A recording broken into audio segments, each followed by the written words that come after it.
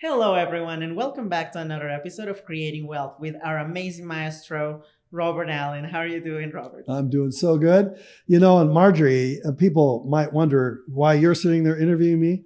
Ooh. Well, yeah, Marjorie is a real estate investor too, and in this last little bit, her property has gone up dramatically in value. Shockingly, wasn't it? Yeah, It no sh- kidding. So, It's so almost doubling. you remind me of me when I was younger, when I got my first deal, and it was so exciting.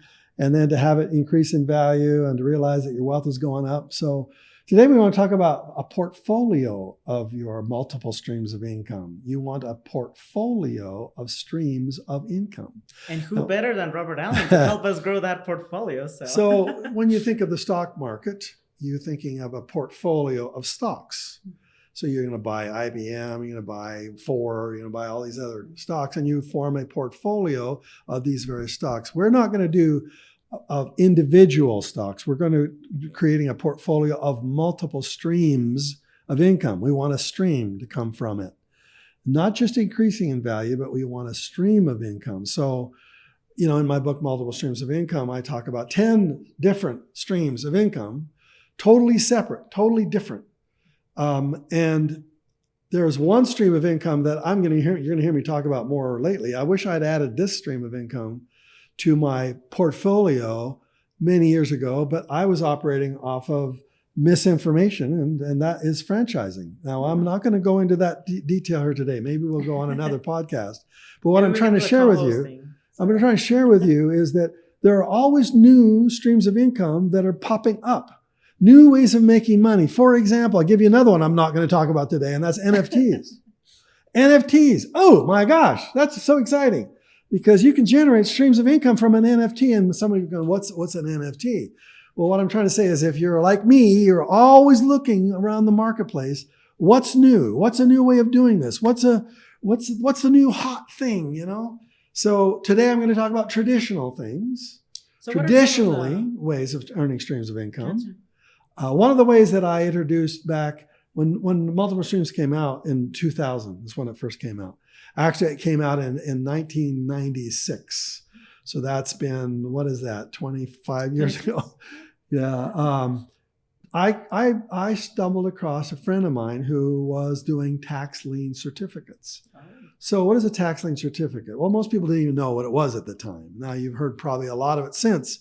That's where the government wants their money from taxes, and they want property taxes. And if you're not paying your property taxes, they get upset and they go, that's not good. We're going to charge you an interest rate on that. And it's going to be 5, 8, 10, 12%. And until you pay your taxes. And if you can't pay your taxes, then the government sells the right to somebody else to pay your taxes for you. Oh, wow. And if you do pay taxes for somebody else, then you get that interest rate that the state actually collects, and therefore the money goes to you. So as a tax lien certificate person, every once in a while, the person doesn't redeem their tax bill, and therefore you end up owning the entire property. Oh, wow. For peanuts, maybe once in 25 times that's going to happen. The rest of the time, you're just going to earn high rates of return on your money.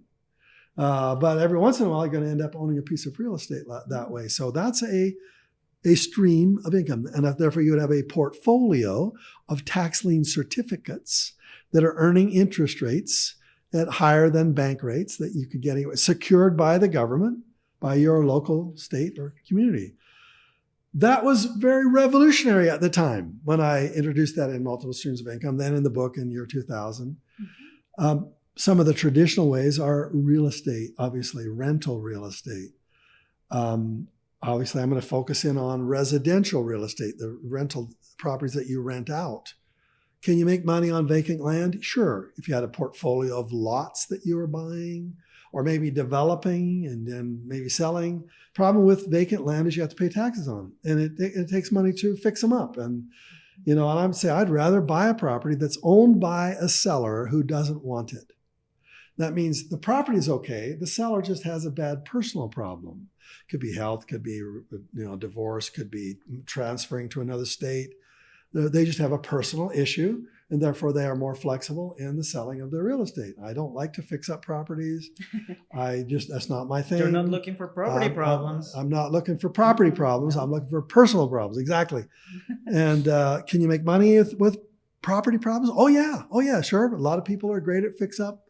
They are very specialized in it. They love it. They get up in the morning and they just love to turn a sow's ear. So what's a sow's ear into a silk purse? Right? They like to turn the ugly real estate into beautiful real estate, and they get a buzz from that. I don't want the time. I don't want the risk. I don't want the money investment. No, I don't. I want to be able to find a good property owned by a bad seller with a bad problem, and therefore I have to look. And therefore I'm going to buy a property. And I'm going to add properties like that to my portfolio. I'm going to keep them. I'm going to rent them out. Here's the thing that most people don't do. They don't keep them. Now, you got to be like Warren Buffett. Warren Buffett's favorite holding period on a stock is forever. Because what happens with the stock market?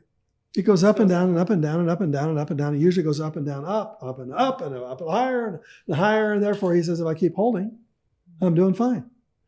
So as a portfolio of stocks, I recommend that you buy Warren Buffett's stock. Buy his stock. You can buy a Berkshire Hathaway B. It's a smaller one. It's not the $30,000 or $40,000, $100,000 stock. It's the maybe $1,500 or a small investment. Yeah, you should get a Berkshire B. Or you buy all the stocks. This is what Warren Buffett himself recommended, that all people should not trade stocks like he does. He buys and holds. If they're gonna buy, then they should hold. But he has a system of buying, how he buys them so that they have the greatest probability of increasing in value. Most people don't do that. They buy dogs and they hold on to them and they go to nothing. And that's not what you want to do. He says, buy stocks that have proven themselves to be perennial winners. And that's the Fortune 500. And buy them every single month for the rest of your life. Every single month. Well, that's what happened to the stock market over the last, 6 months. Stock market has lost a third of its value over the last 6 months. Am I upset because I have S&P 500? I own the 500 biggest stocks of the stock market, and it went down. Am I unhappy about that? No, I'm not unhappy about that, because the next month I'm going to buy when it's down, and if it keeps going down, I'll buy some more when it's down, and if it keeps going down, I'll buy some more, and then when eventually it comes back, which it will. Then when it starts to come back, my wealth starts to increase automatically. They call that dollar cost averaging. That's a stream of income you need, period. It's different than the other streams of income. And therefore, I want you to have a portfolio of radically different types of investments, because the market changes. That's right. In fact, every one of the 10 ways I talk about in multiple streams of income, they have gone up and down. And therefore, sometimes one of them is hot, like real estate's hot right now, but it won't be hot forever. I want to go to have my finger in multiple sources of income from totally different streams of income that make me money while I sleep. That's right. Because in case that one of them were to fall, you still have the other ones that are there keeping you up with all your income and all the extra earnings. So I diversify, not my stocks, but I diversify my streams of income. That's right. And what are some of the ways that you have personally in your career diversified your streams of income? What are some of the investments that you have done? We know you as our master in creative real estate. Yeah. What other investments have you done? Well, I just talked about some of my stock investments. I own businesses. Oh. I sell information. I write books. Oh yeah, I've got lots of other streams of income. One of the streams in multiple streams is called infopreneuring. Oh. That means, tell us more about that. Well, good point. At this point, suppose you did what I told you to do. Hello. You actually maybe bought some real estate and you kind of figured it out. You made a few mistakes. You figured out your own little system for finding deals and flipping deals, wholesaling deals, renting deals. You figured out a little plan that worked for you. Maybe it wasn't what you're learning from the gurus. Maybe it's you learned kind of the fundamentals from the gurus, and then you went off and you created your own little way of doing it, right? Well, now since it's your unique way of doing it, you become unique. And that means that all the people that are selling information on real estate, for instance, they don't do it your way. They don't find the deals your way. They don't flip them your way. They do it their own little tricky way, right? So you call it your system. And remember that there are new people being born, being married, forming rental units every single day. So these people are coming into the market as newbies. They have no idea that there are 1,000 other people teaching real estate.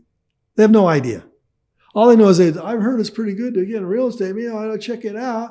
And they answer your advertising in the newspaper or on the internet or wherever you're posting it.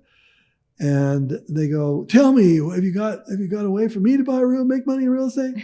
And then you just say, I've got a unique system that's very different. And therefore, you could sell your information that I'm teaching you. You can't sell it with my name. You can't sell it with my systems. You can't call it what I call it. That's mine. You can't do that.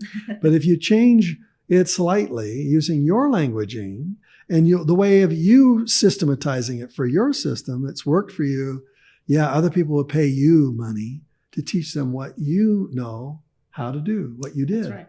So what would they pay you? Well, try $1,000 and see what happens. If they pay that really readily, then try 5,000 and see what happens. And you say, well, I wouldn't dare ask somebody for $5,000. I'm just a school teacher. And you go, well, just then charge them $1,000. Coach them, teach them, help them succeed. Be their teacher, be their mentor, be their advisor. That's called infopreneuring. That's information marketing. And then you're going to find out, like I did. Excuse me. I was doing the real estate thing. And then I decided to run an ad in my local area to invite people to come to my little seminar. Other people were doing seminars. Why can't I, And they showed up and I made, it was like $1,000 from these 10 people. It was like $100 a piece. I held it in a hotel room in my city, in a hotel room, not a hotel conference room, a hotel room with a bed in it. We put a table in a hotel room and put 10 people around the table.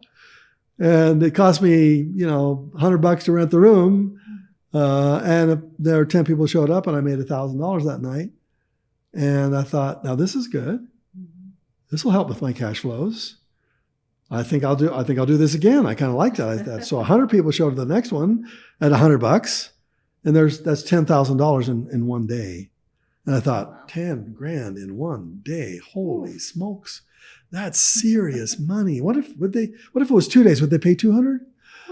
200 people paid $200. That's $40,000 in a weekend. Let's go to Los Angeles. I have a full page ad in the Los Angeles Times.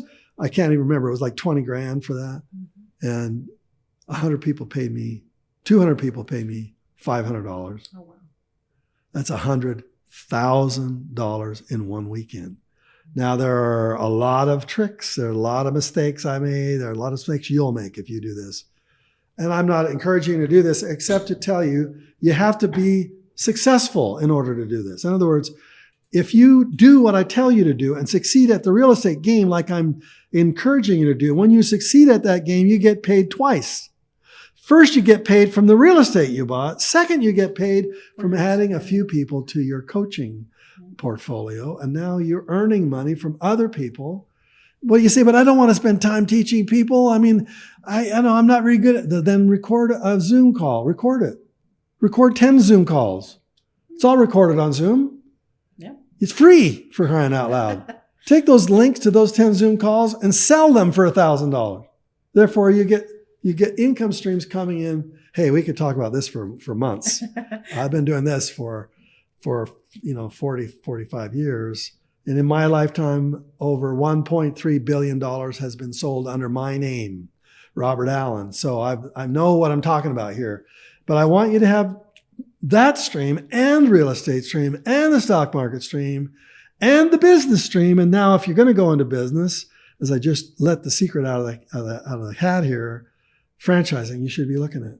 And as a member of the Upline Studios, some of the other people who teach with me, I'm the real estate guy here, but there are franchise people that you should be learning from. And matter of fact, it's like real estate. It's stable. Most businesses are not stable. So we're going to go deep into that one in another podcast. I want to let you. Yeah, well, let's I'm not going to let the secret out of the cat that I get so far. But anyway, that's another stream of income, what I'm trying to say. So as an entrepreneur, as you look at the world, you're going to see people who are climbing to the top of these mountains on routes that have never been climbed before. And maybe they'll be easier than the old routes, or maybe the old routes are so crowded with people that it's hard to make a profit. So when you see a new entrepreneur crack the code and climb to the mountain top using a route, a valley, a trail, whatever, that gets to the top of that mountain, you got to go, oh, what are they doing? What are they doing? Let's go check that out. Watch their free stuff, maybe buy some of their inexpensive stuff, kind of learn what they're doing, because it opens up your mind to other streams of income for you to create a portfolio of streams of income. Right. I come from Canada. Was born in a small town in southern Alberta. A park there is located in the corner of southern Alberta, and it's called the Glacier Waterton International Peace Park. And therefore it goes into the United States and into Canada. And there's a lake in that park called the Lien Lakes. And Lien Lakes, a very adventurous man watched some goats climbing across a cliff. And the goats climbed across this cliff. It looked like it was a sheer drop of 1,000 feet, but these goats were just walking across this path that no one had ever seen before until he saw the goats climbing. And therefore he followed them across, and it was very dangerous, and he had to take some really, really risky parts. But the trail led up into a series of lakes that had been stocked, that had fish in them. And the fish were hungry because there were no fishermen there. There were no fishermen ever fished there. And therefore the fish were big and they were hungry, and the fishing was the best fishing of all time, right? My dad went in there one time and caught his limit easily, and he showed me the cliff. He said, "That's the cliff. I'm not taking you, but that's where the cliff is." And so I went and hired the son of the fellow who took my dad in. This is 30 years later. And he took me in, and it was incredible fishing, unbelievable fishing. Best fishing of my life. Usually I go to lakes that are all fished out. And so when we're talking about this metaphor here, that most streams of income, the fish are smaller, and their lakes are all fished out. You can still catch them, but it just takes longer, and you have to compete with lots of other fishermen. And what I'm trying to say is, part of your job as a multiple streamer is to always be looking for the goats crossing the cliff and following those goats, because there are usually some people that are very adventurous, and then they make it. They figure it out. They crack the code. And as an entrepreneur, you should be earning streams of income from new ways. You should be spending most of your time on the traditional ways, and every 5 to 10% of your time should all be spent on new ways of cracking the code. For example, as I mentioned, NFTs, the very first property in the United States was sold on an NFT about a month and a half, 2 months ago. This is the first time ever in the history of the world. Now, what is an NFT? Well, NFT is a way to link it to the blockchain so that you can guarantee that you own that property. So you wouldn't need title insurance. Title insurance is going to have some trouble here in the next 20 years because NFTs are going to take over that. And you've never heard it before, anybody ever say that before. But if one property can be sold as an NFT, that's the goat crossing the cliff. And so you go, who is that? Who is that person? What can I learn from that person? What is an NFT? You could NFT real estate? I didn't know. I thought it was art. I thought it was trading cards. I thought it was music. It's real estate. It's anything. And they say that the NFT market has kind of peaked. Baloney. We are just getting started. So that's whetting your appetite on all the things you need to be looking at, my friends. That's why when you check in with this podcast, it's Creating Wealth with Robert Allen. I'm not just talking about 90% of the time will be real estate, but we want to create wealth in multiple ways for you and your family so you can live the life you've always wanted to live. Owning the car you want to drive, the house you want to live in, the travel you want to take, the clothes you want to wear, the lifestyle that most people can only even dream of. This is the path. I'm your guide. I'm your mentor. I want to take you there. Why? Why do I do this? Because this is what I do. I love this. I love to see people's lives changed. And we're so grateful for having you as our mentor. And it's amazing that every single podcast you get to open our minds to so many different new ways to generate more income and thus creating more wealth. Then again, thank you so much, Robert. And thank you to our audience. And we'll see you on the next episode. The next one, click on the next link. Watch it. You'll love it.